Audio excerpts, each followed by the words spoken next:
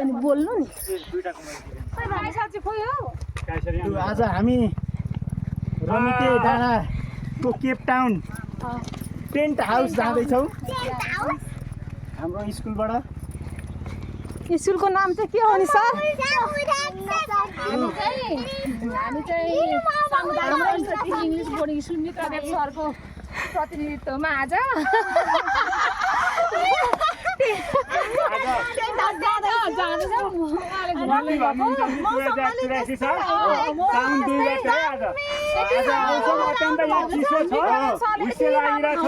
अगाडि केही देखिँदैन बाटो अनुसार जाँदैछौँ। आउन घुम्न डुल्न चाहिँ एकदम रमाइलो ठाउँ रहेछ यो। खुल्ला भएको नि अझ मौसम चाहिँ सफा अझ राम्रो।